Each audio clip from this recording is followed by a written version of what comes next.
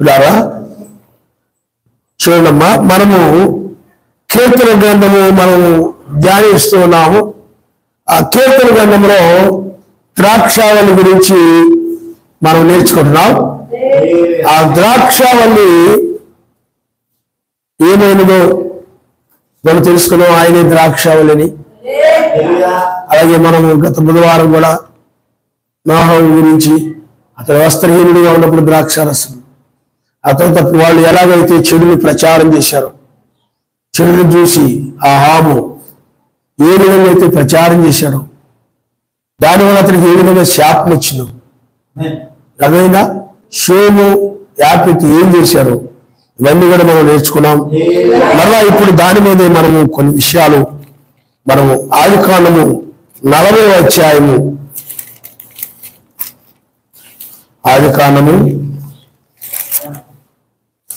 40వ అధ్యాయం మొదటి నుండి మనం చదువుకుందాం. అటు పిమ్మట ఐగుప్తు రాజు యొక్క పానదాయకుడును భక్ష్యకారుడును తమ ఏలోహ్యమైన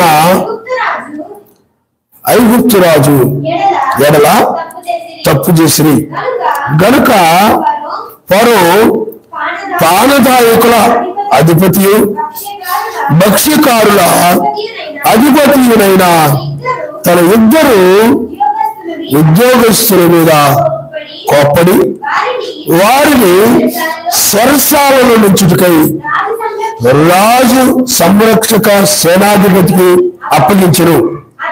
అది యోసేపు బంధింపబడిన స్థలము. ఆ సేనాధిపతి వారిని యోసేపు వశము చేయగా అతడు వారికి ఉపచారము చేసెను. వారు కొన్ని దినములు కావలిలో మీరిన తరువాత వారిద్దరు అనగా సెరసాలలో బంధింపబడిన ఐగుప్తు రాజు యొక్క పానదాయకుడును భక్ష్యకారుడును ఒక్కటే రాత్రి ఎందు కలలు గలిగి ఒక్కొక్కడు వేరు వేరు భావముల కలగలను. తెల్లవారినప్పుడు యోసేపు వారి యొద్దకు వచ్చి వారిని చూడగా వారు చింతాక్రాంతులై ఉండిరి.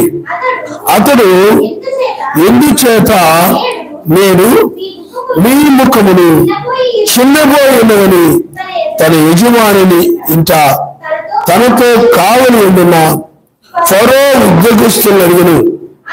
అందుకు వారు మేము కలగంటిని వాటి భావము చెప్పగలవారెవరిని లేరని అతనితో ననగా యోసేపు వారిని చూచి భావమును చెప్పుట సర్వశక్తివంతుడు ఆ దేవుడే కదా, మీరు దయచేసి ఆ కళను నాకు వివరించి చెప్పినను. అప్పుడు పానదాయకుల అధిపతి యోసేపును చూచి నా కలలో ఒక ద్రాక్షావల్లి నా ఎదుట ఉండెను. ఆ ద్రాక్షావల్లికి 3 తీగలుండెను. అది చిగురించినట్లు ఉండెను. దాని పువ్వులు వికసించెను. దాని గెలలు పండి ద్రాక్ష ఫలములాయను. మరియు ఫరో గిన్నె నా చేతిలో ఉండెను. ఆ ద్రాక్ష ఫలములు నేను పట్టుకొని ఫరో గిన్నెను వాటిని పిండి ఆ గిన్నె ఫరో చేతికిచ్చుకుని తన కళను అతనితో ఏమి చెప్పును.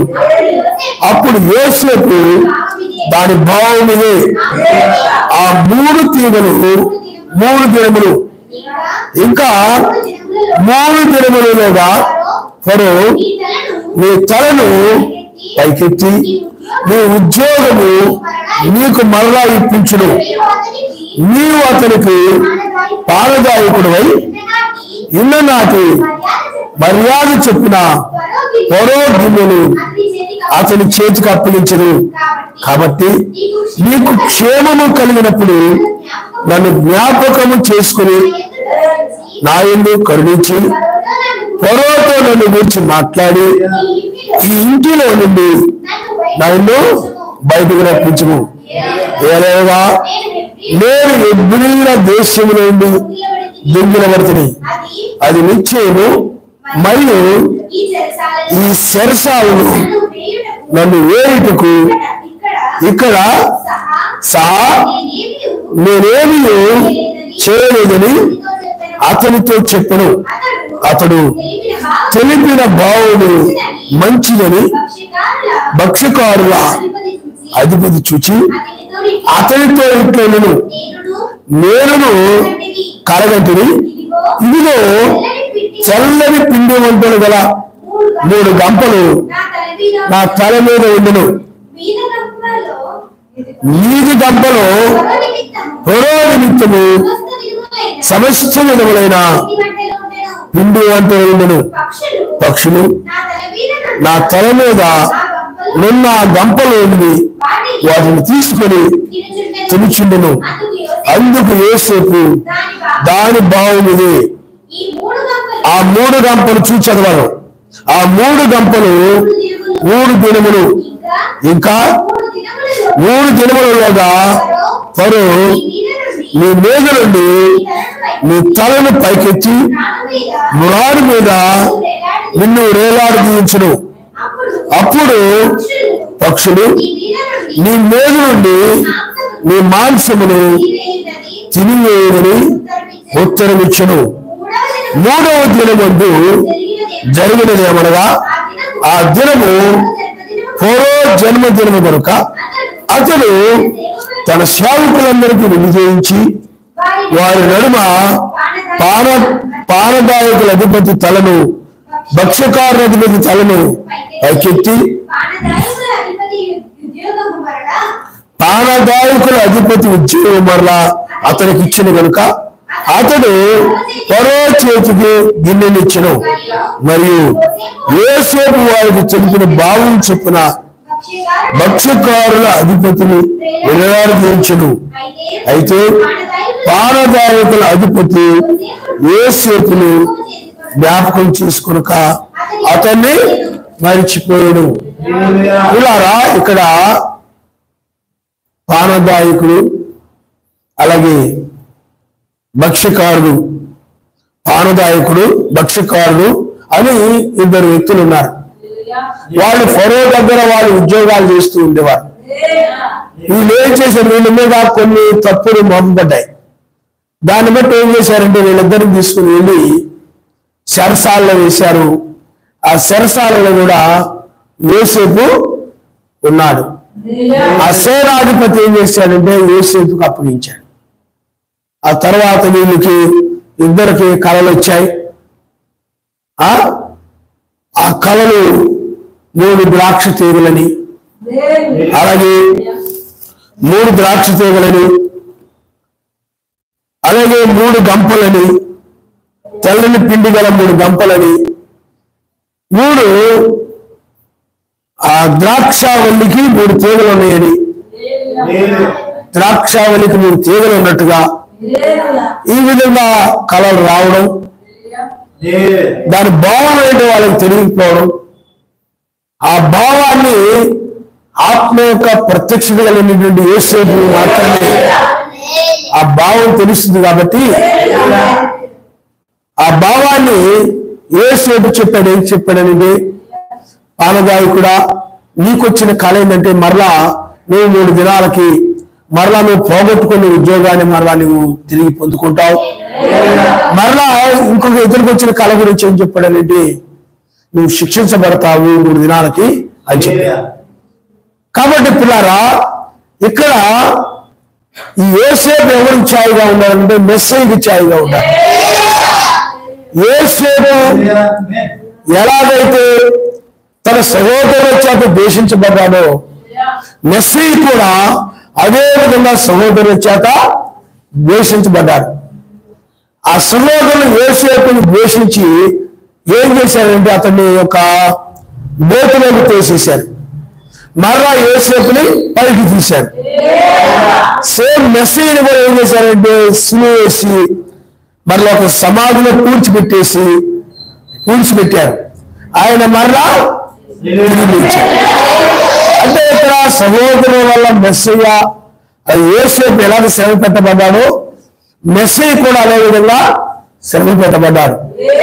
ఇలారా ఈ మెస్సయ్యకు ఛాయగా యోసేపు ఉన్నాడు. అయితే యోసేపు అక్కడ చెరసాలలో ఉన్నాడు. యోసేపుతో పాటు ఎవరున్నారు చెప్పండి? ఇద్దరు ఆ దొంగలుగా నేరం మోపబడినటువంటి ఇద్దరు వ్యక్తులు ఉన్నారు. అంటే తప్పు చేసిన వారుగా ఇద్దరు కనబడుతున్నారు. అంటే ఇక్కడ పిల్లారా చెరసాలలో నుంచుటకై రాజు సంరక్షకు సేనాధిపతికి అప్పగించను. అది యోసేపు బంధింపబడిన స్థలం. యోసేపు ఎక్కడైతే బంధించబడ్డాడో అదే స్థలంలో ఇద్దరు కూడా ఉన్నారు. ఒకడు పానదాయకుడు, ఇంకొకడు భక్షికారుడు. అయితే ఇక్కడ ఈ యొక్క పానదాయకుడు ఉన్నారు కదా, ఈ పానదాయకుడేమో అతడు 3వ దినాన అతడు తిరిగి ఉద్యోగాన్ని పొందాడు. అలాగే భక్షికారుడేమో 3వ దినాన్ని ఏమైపోయాడు చెప్పండి? శిక్షించబడ్డాడు. అంటే అక్కడ ఎవరు ఉన్నారు? యోసేపు ఉన్నారు. సేమ్ ఇక్కడ కూడా మెస్సయ్య దగ్గర కూడా మనం చూసినట్లయితే మెస్సయ్య యొక్క ఆ శిలువ మీద వేలాడుతూ ఉన్నప్పుడు శిలువకు అటువైపు కుడివైపున ఒక దొంగ, ఎడవైపు ఒక దొంగ, ఇద్దరు దొంగలు ఉన్నారు అక్కడ. ఆ ఇద్దరు దొంగలు ఆ శిలువ మీద వేలాడుతూ ఉన్నారు. ఆయన కూడా మెస్సయ్య కూడా శిలువకు బంధించబడి ఉన్నారు. వీళ్ళు కూడా శిలువలో నేరస్తులుగా బంధించబడి ఉన్నారు. ఈ ముగ్గురు ఎలాగైతే ఇక్కడ సరసాలను బంధించబడి ఉన్నారు యోసేపు ఆ యొక్క ఇద్దరు, ఇక్కడ కూడా మెస్సయ్య కూడా అంటే వాళ్ళు కూడా నేరస్తులుగా బంధించబడి ఉన్నారు. ఇక్కడ కూడా మెస్సయ్య కూడా నేరస్తులుగా పిలువబడుతూ ఆయన ఏ నేరం వచ్చేది కానీ అయినప్పుడు కూడా నేరస్తులుగా చేసి ఆయన శిలువుకి ఎలాడదీశారు. శిలువుకి అటువైపు ఇటువైపు ఇద్దరు దొంగలు ఉన్నారు. ఆ ఇద్దరు దొంగల్లో మనం చూస్తే అందులో ఒకరేమంటున్నారంటే ఇది మనకైతే ఇది తగులుగా శిలువ ఇదంతా, కానీ అతడు ఏ పాపము లేదు, ఆయన నీతిమంతుడా. ఇది అన్నప్పుడు ఆయన ఏం చెప్పాడండి? నువ్వు నాతో కూడా పరదేశంలో ఉంటావు. ఇంకొక దొంగ అయినట్టు దాని మంచిగా మాట్లాడలేదు మెస్సయ్య గురించి. మెస్సయ్య నీతిమంతుడు ఒప్పుకోలేదు, మెస్సయ్య పరిశుద్ధులను ఒప్పుకోలేదు. ఆ మెస్సయ్య కంటే ఏ నీతిమంతుడు ఇప్పుడు ఎలాగనుకుంటారు? ఆ పరిశీలి వాళ్ళు ఎలా అనుకున్నారో అతడు ఆ విధంగా అనుకుని ఉండొచ్చు, ఆ విధంగా అనుకుని ఉండొచ్చు. కానీ ఆయన్ని తీసుకుని వెళ్ళి సమాధి చేశాడు. పిల్లారా మీరు గమనించండి, ఆయన మరలా 3వ దినాన్ని తిరిగి లేచాడు. ఆ 3వ దినాన్ని తిరిగి లేచినప్పుడు ఆ శిలువ మీద దొంగ ఒకరు ఉన్నారు చూసారా? ఎవరైతే ఆయన నీతిమంతులను ఒప్పుకున్నారో, ఏ పాపం లేని వాడిని ఒప్పుకున్నారో అతడు ఆయనతో పాటు పరదేశికి వెళ్ళిపోయాడు. హల్లెలూయా, హల్లెలూయా. అంటే 3వ నాడు ఏం జరిగింది చెప్పండి? మెస్సయ్యతో పాటు ఇతడు కూడా తిరిగి లేచాడు. మెస్సయ్యతో పాటు తిరిగి లేచాడు. అదే 3వ నాడు ఇంకా పక్కన ఉన్న నీతిమంతుడైన ఆయన ఒప్పుకోకుండా ఉన్నటువంటి ఆ దొంగ ఉన్నారు చూసారా? వాడు వినవబడ్డాడు. కాబట్టి 3వ నాడు ఏమి జరిగిందో ఆ యోసేపు కాలంలో అలాగే మెస్సయ్య కాలంలో కూడా 3వ నాడు అదే జరిగింది. హల్లెలూయా, హల్లెలూయా. మరలా ఇప్పుడు 2000 సంవత్సరాల తర్వాత ఇప్పుడు 3వ దినంలో మనం ఉన్నాం. అంటే 2 దినములు అనగా 2000 సంవత్సరాలు. అందుకని ఆ ద్రాక్షావళి యొక్క తీగలు ఏం చెప్తున్నారంటే అవి 3 తీగలు 3 దినాలని చూపిస్తా ఉన్నాయి. కాబట్టి ఈ 2000 సంవత్సరాలంటే 2 దినాలు. ఇప్పుడు మనం 2024లో ఉన్నాం కాబట్టి ఇప్పుడు మనం 3వ దినములో ఉన్నాం. ఈ 3వ దినములో ఇప్పుడు కూడా ఇలారా ఆ శిలువ దొంగ ఏ విధంగా అయితే ఒక దొంగ మెస్సయ్యను ఒప్పుకున్నాడు నీతిమంతుడిని, ఇప్పుడు కూడా రేపు నక్షత్ర వర్తమానం సత్యమని ఒప్పుకుని వధువుడు అలాగే ఒప్పుకోనటువంటి గుంపు కూడా ఉందన్నమాట. అందుకనే ఈ 3వ దినములో ఓ పిల్లారా, ఈ 3వ దినములో నీతి కలిగినటువంటి అశ్విని దొంగ వలె ఆయన్ని పరిశుద్ధుడిని ఒప్పుకునేటువంటి ఆయన ఓడియాను ప్రాణదాయకుని వలె కొనిపోబడుతుంది. ఆయన నమస్కారం. అలాగే ఆ యొక్క ఏకొచ్చొక్క వర్తమానాన్ని అంగీకరించినటువంటి దుర్బోధం నమ్మినటువంటి ఈ దుష్టగతిలో అవుతుందనండి విడిచిపెట్టబడుతుంది. ఒకరేమో రక్షించబడతారు, ఒకరేమో శిక్షించబడతారు. యేసేపు కాలంలో ఏం జరిగిందనండి, ఒకరేమో కోల్పోయిన దాన్ని తిరిగి పొందుకున్నారు, ఒకరేమో శిక్షించబడ్డారు. అలాగే అశ్విని దొంగైనట్లయితే మెస్సీతో పాటు నువ్వు నాతో కూడా పరదేశంలో ఉన్నాడు. ఆవిడ మెస్సీ ఎప్పుడు ఇల్లు తిరిగి లేచాడు చెప్పండి, 3వ దినాలు తిరిగి లేచాడు. అందుకే ఒక దొంగము అతడు విడిచిపెట్టబడిన వారికి ఛాయిగా ఉన్నాడు. మరలా ఇప్పుడు మనం 3వ దినంలో ఉన్నాం.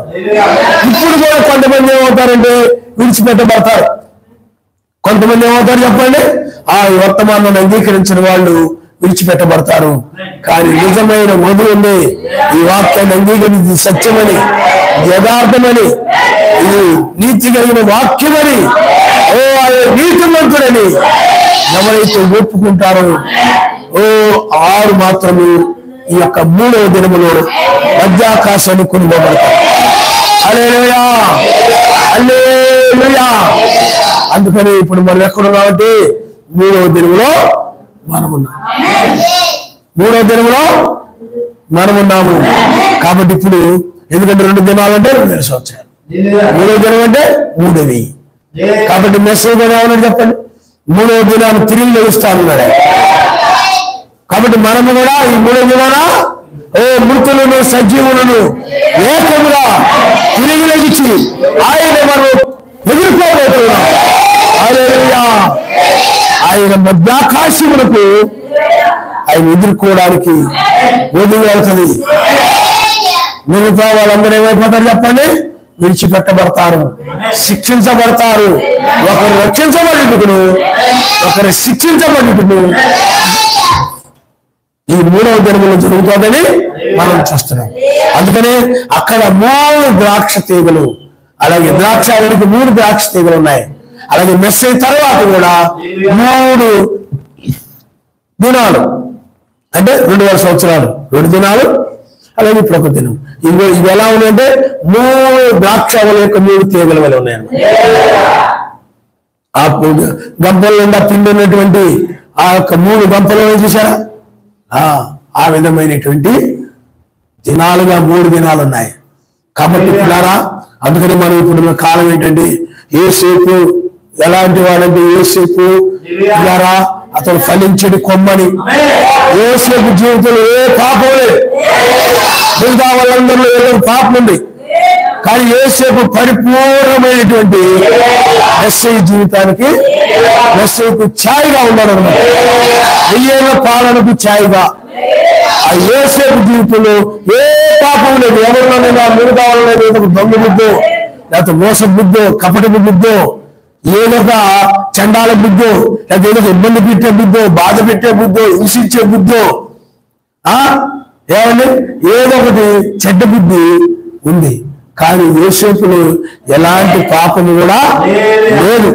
అతడు యేసేపుని గురించి మనం చూస్తే అతడు పిల్లారా తన జీవితాన్ని పరిశుద్ధంగా కాపాడుకున్నవాడు, తన జీవితాన్ని పరిశుద్ధంగా కాపాడుకున్నవాడు. ఆ యేసేపు అంటే ఒక స్త్రీ పడితే పోతీఫరు భార్య, అతను ఏం చేశాడు చెప్పండి, ఆ పాపానికి పారిపోయాడు. పాపం నుండి ఎప్పుడైతే మనుషులు ఏం చేస్తారో పాపానికి ఎగబడిపోతుంటారు, ఎవరైనా వాళ్ళ వైపు చూస్తే సార్, వాళ్ళతో మాట్లాడితే సార్, ఆ స్త్రీల వైపు ఏం చేస్తారు చెప్పండి, ఎగబడుతుంటారు, మేము నీతిమంతులు అంటారు. కానీ ఆయన అలా కాదు. యేసేపు ఏం చేశాడు చెప్పండి, పారిపోయాడు. అతని జీవితంలో పాపము లేదు. ఎందుకు పాపం లేదు అంటే తన యొక్క సహోదరులు ఉన్నారు, శ్రమ పెట్టారు, హింసించారు, సహించాడే తప్ప వాళ్ళని తిరిగి ఏమి కూడా హింసించలేదు, తిరిగి ఏమి శ్రమ పెట్టలా, ఏమి తంత్ర కుతంత్రాలు వల్ల. మీకు అర్థమైందా? ఏమి తంత్ర కుతంత్రాలు పనలేదు.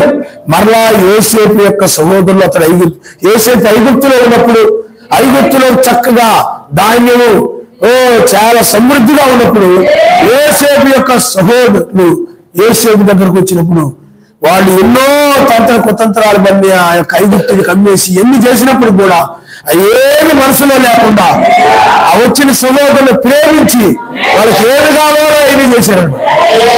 అదేలేదా అదే నువ్వైతే ఉంటారు చూడండి, నువ్వైతే ఉంటావు వాళ్ళకి ఇవ్వద్దు, వాళ్ళకి చేయొద్దు, వాళ్ళు మంచోళ్ళు కాదు, అలా పెట్టద్దు, ఏమి ఇవ్వద్దు. ఎందుకంటే వాళ్ళు నిన్ను ఆ విధంగా చేశారు, వాళ్ళు ఆ గోతిలో వేశారు, ఐగుప్తుని కమ్మేశారు. అదేనా అది మనసులో పెట్టుకుని ఏమంటారు చెప్పండి, కక్ష సాధించేటువంటి స్వభావంతో ఉంటారు. యోసేపు అలా చేయలేదు. యోసేపు అలా వాళ్ళకివ్వు, వీళ్ళకి ఇవ్వద్దు, అలా చేయి, ఇలా చేయొద్దు అని చెప్పే చెడ్డ సలహాలు ఇచ్చేవాళ్ళు ఉంటారు. కానీ ఎవరి సలహాలు అతను తీసుకోలేదు. అతను ఏం చేశాడు చెప్పండి, వాళ్ళు ఎలాంటి కీడుకరమైన వారైనప్పుడు కూడా ఆ సహోదరులు చూసినప్పుడు ప్రేమ పొంది వాళ్ళు చూడగానే మొహం తిప్పుకొని వెళ్ళడం కానీ అలాగే ఏం చేయలేదు. కానీ అతను ఏం చేశాడంటే వాళ్ళని పట్టుకొని ఎక్కి ఏడ్చాడు. అందుకని అతని జీవితంలో ఎవరు కీడు చేసేట్టు కానీ హాని చేసేట్టు కానీ లేకపోతే ఏదైనా అది చేసి బాధ పెట్టినట్టు కానీ ఆ మాటల ద్వారా ఈ మాటల ద్వారా హింసించినట్టు కానీ ఏమండి, లేకపోతే అలాంటిది ఏదో అతని జీవితంలో లేదు. ఏ పాపము కూడా అతనికి శత్రువులు సైతము ప్రేమించాడు, హింసించే వారిని సైతము ప్రేమించాడు. నోరు తెరవలేదు అతను తీసుకుని వెళ్ళి నూతులో పడేస్తుంటే, ఐగుప్తుని కమ్మేస్తుంటే అప్పగించుకున్నాడు. అతను సమర్పించుకోవడం అంటే మెసేజ్ చూడండి, తను తాను ఆయన ఏం చేశారంటే శిలువకి సమర్పించుకున్నాడంట. ఆ శ్రమలకి, ఆ నిందలకి, అవమానాలకి, తిరస్కారాలకి అన్నిటి కూడా తను తాను సమర్పించుకున్నాడు. అదే సమర్పించుకున్న వ్యక్తి ఆ విధంగా ఉంటాడు.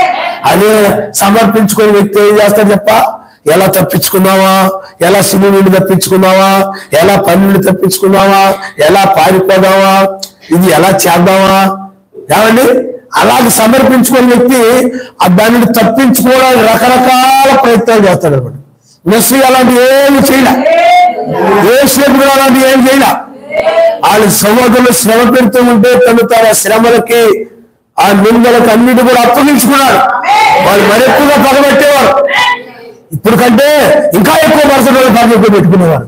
అయినప్పటికీ కూడా ఆ యోసేపు ఎలా ఉండాలనేంటి పిల్లారా, వాళ్ళు పగ్గలిగి ఉండారు కదా, కోపం కలిగి ఉన్నారు కదా. ఎందుకంటే పగ అంటే కోపం, ఏం చేద్దామా ఏం కీడు చేద్దామా అనే కోపంతో తిరుగుతుండేవారు అనమాట. ఎక్కడ తిరుగుతారని కోపంతో తిరుగుతూ ఉండేవారు అనమాట. అలాంటి కోపం కలిగినటువంటి వారి విషయంలో కూడా ఆ యోసేపు ఏం చేశాడు చెప్పండి, ఏమి మనసు లేదు.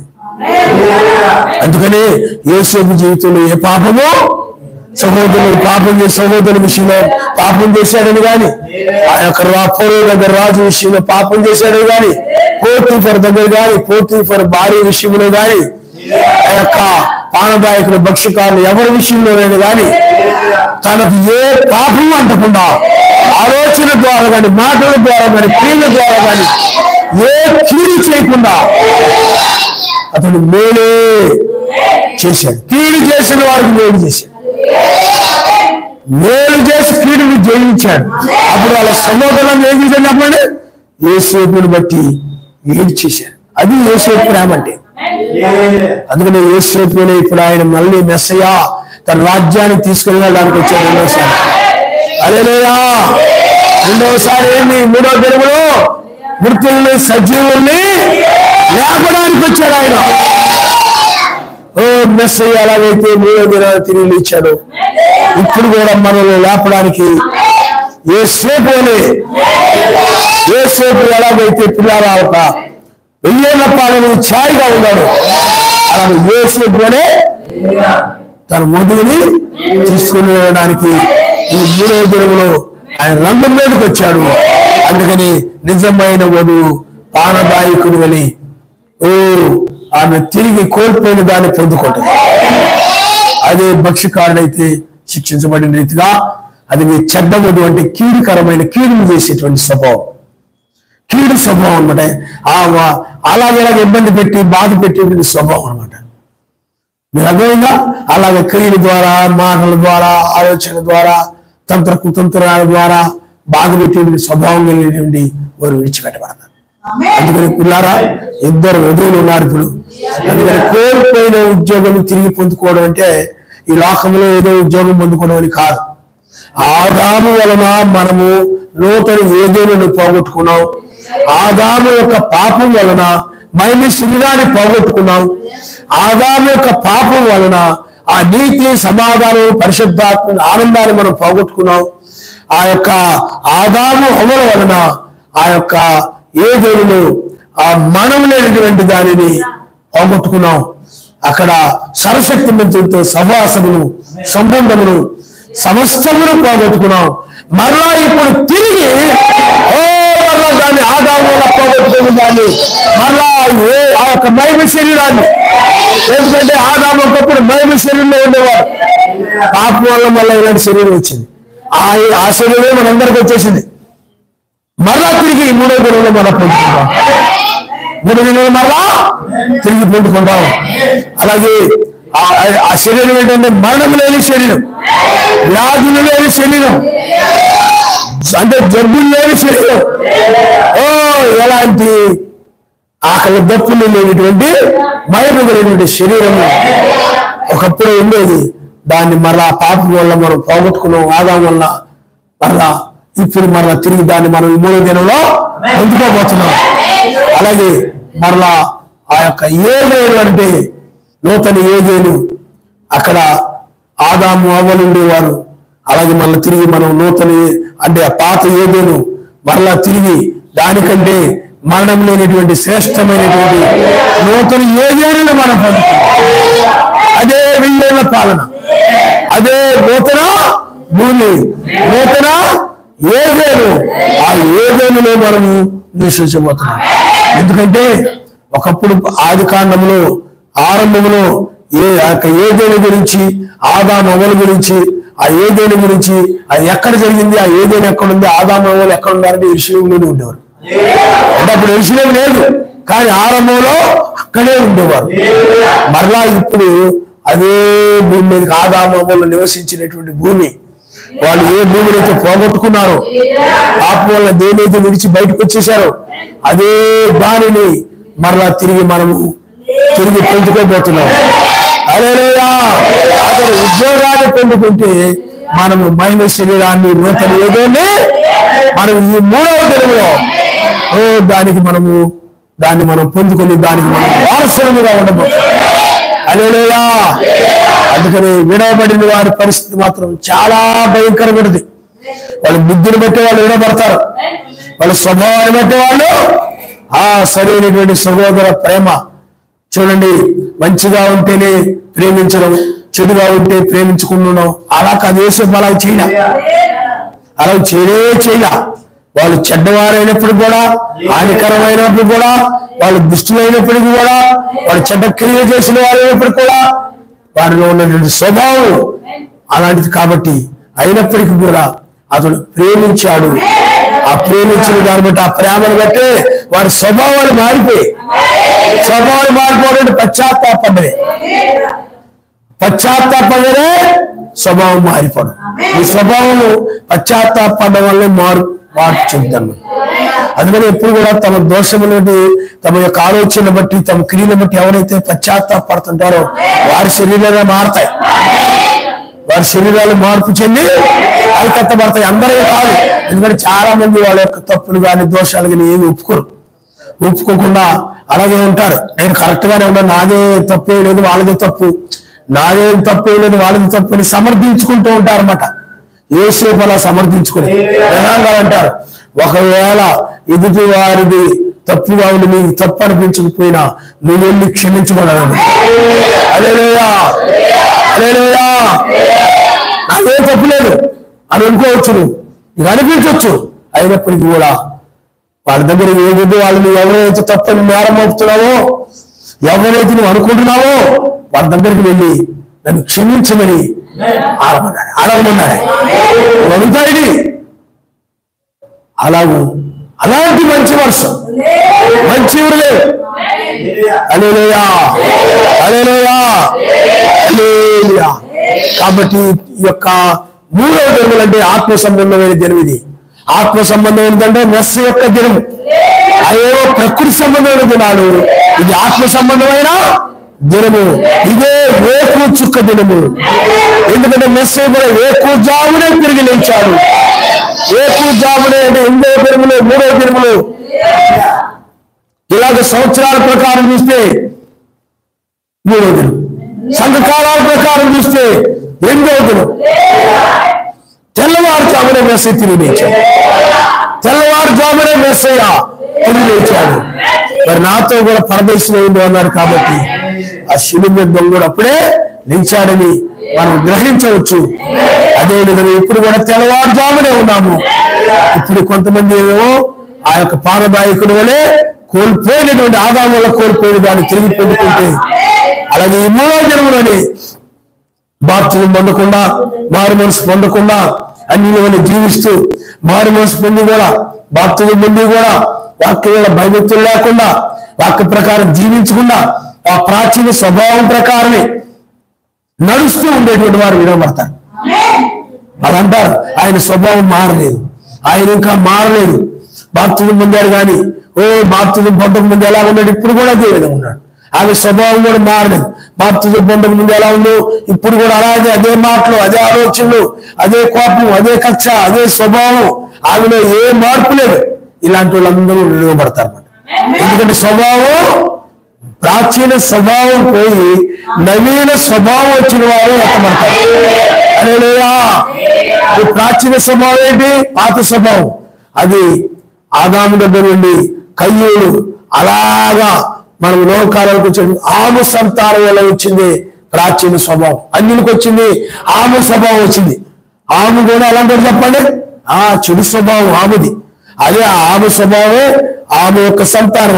అలాగా మన తల్లిదండ్రులు అంటే మీ తల్లిదండ్రులకు వచ్చే వాళ్ళు కూడా ఆమె సంతానం, తాత ముత్తాతలు ఆమె సంతానం. వాళ్ళ స్వభావాలు నీకు వచ్చాయి. వాళ్ళకున్న కోపాలు, వాళ్ళకున్న ద్వేషాలు, వాళ్ళకున్నటువంటి పంతాలు, వాళ్ళకున్న ఈగోయిజం, ఏమండి గర్వము, ఇవన్నీ నీకు వచ్చాయి. కానీ ఇప్పుడు నమ్మి బాప్తిజం పొందడం వల్ల అవన్నీ పోయి, అంటే ఆము స్వభావం నీలో పోయి పిల్లారా మెస్సయ్య స్వభావం వచ్చారు. హల్లెలూయా. వారే ఎత్తబడతారు. ఆములాగుండేవారు రారు. నమ్మి బాప్తిజం పొంది కూడా ఆమె స్వభావం కలిగి ఎవరైతే ఉంటారో ఇంకా ఆ చెడు స్వభావం, చెడుని చూడాలని చెడుని నోట హృదయంలో పెట్టుకొని చెడుని చాటేస్తూ ఆ స్వభావం కలిగిన వారు, ఆమె లాంటి ఇంకా ప్రాచీన స్వభావం కలిగిన వారు మార్పు పొందకుండా ఏదో నమ్మి బాప్తిజం పొంది వాళ్ళ వాక్యం వినడం జరుగుతుంటుంది కానీ స్వభావం మారబారదు. అర్థమైందా మీకు? బ్రదర్ ఇంతకుముందు ఎలా ఉంది, ఇప్పుడు ఎలా ఉన్నా ఏం మార్పు లేదు. ఆ సిస్టమ్ ఇంతకు ముందు ఎలా ఉంది, ఇప్పుడు కూడా ఎలా ఉంది, ఏం మార్పు లేదు. ఏమి చెడుతున్నాలో ఏం పోరా. అలాంటి సాక్ష్యం ఉందనుకో నువ్వు వినపడతావు. కానీ నువ్వు ఎప్పుడైతే బాప్తిజం పొందావో ప్రాచీన స్వభావం లేదు, ఇప్పుడు నవీన స్వభావం మారాడు. అది మారింది. ఇప్పుడు నవీన స్వభావం 1000 పాలనకు సంబంధించిన స్వభావం. నూతన రాజ్యంలో 1000 పాలన నూతన ఏదేళ్ళకి నివసించుటకు నవీన స్వభావం కలిగిన వారు కొనుకోబడతారు తప్ప ఒక ప్రాచీన స్వభావం, ఆమె స్వభావం, ఇంకా చెడ్డబుద్ధి పోనివారు, ఆమె స్వభావం కలిగిన వారు విడిచిపెట్టబడతారు. కాబట్టి ఇక్కడ ఇద్దరు ఎవరనంటే ఒకరేమో మెస్సయ్య స్వభావం కలిగిన వారు, అంటే అన్నిటిగా ఉండి మార్పు చెందినటువంటి వెళ్ళి ఆమె ఎత్తబడుతుంది. ఇంకోరేమిటైతే అన్నిటిగా ఉండి బాప్తిజం పొంది కూడా మార్పు అంటే నవీన స్వభావం పొందకుండా ఆ ప్రాచీన స్వభావంతోనే జీవించేటువంటి ఆమె స్వభావంతోనే జీవించేటువంటి మొదలు ఆమె విడిచిపెట్టబడు. నువ్వు ఎలా ఉన్నావో నువ్వు ఆలోచన చేసుకో. ఈ 3వ దినము చాలా జీవ మరణాల మధ్య వేలాడే సమయం ఇది. ఈ సమయంలో నువ్వు ఎత్తబడము, విడవబడము. హాస్పిటల్లో ఎవరైనా బాగులేకుండా ఉంటే, ఏ జ్వరంతోనూ లేకపోతే ఏదో ఒక విరోచనాలతో దేనితో హాస్పిటల్లో బాధపడుతూ ఉంటే డాక్టర్లు అంటారు మనం చెప్పలేమమ్మా, వాళ్ళు జీవ మరణాల మధ్య కొట్టాడుతున్న బతకొచ్చు, చచ్చి చావచ్చు అని చెప్తుంటాడు. అలాగే పిల్లారా దండం గారు అన్నారు, ఈ యొక్క 2వ రాకడలో జీవ మరణాల మధ్య వేలాడుతుంటారు. నువ్వు ఎత్తబడను, ఆ సమయం నువ్వు ఎత్తబడతానో విడవబడతానో అని నువ్వు అనుకోవచ్చు. కానీ ఈ సమయంకి వచ్చేటప్పటికి ఆ దయా సంకల్పంలో ఉన్నవారు మార్పు చెంది ఎత్తబడతారు. కృప కలిగిన వారు వారి మీద కృప ఉందనేది అదే గుర్తు. ఏమి మారు మనసు లేకుండా, స్వభావం మారకుండా, ఆలోచనలు మారకుండా, ఇప్పుడు బాగా ఇంట్లో ఉంటూ అలా ఇలా ఉంటూ కృప ఉందండి, అకృప ఉందంటే ఏమి లేదు. నీకు కృప ఉందంటే మారినప్పుడు నీకు కృప కలిగినట్లు. ఏసేపు ఉన్నాడు అనుకోండి, కృప ఉందంటే ఎలా ఉన్నాడు, తన జీవితం ఎలా ఉంది, పాపం లేని జీవితంగా ఉంది. అది అతను కృప కలిగి ఉన్నాడని అర్థం.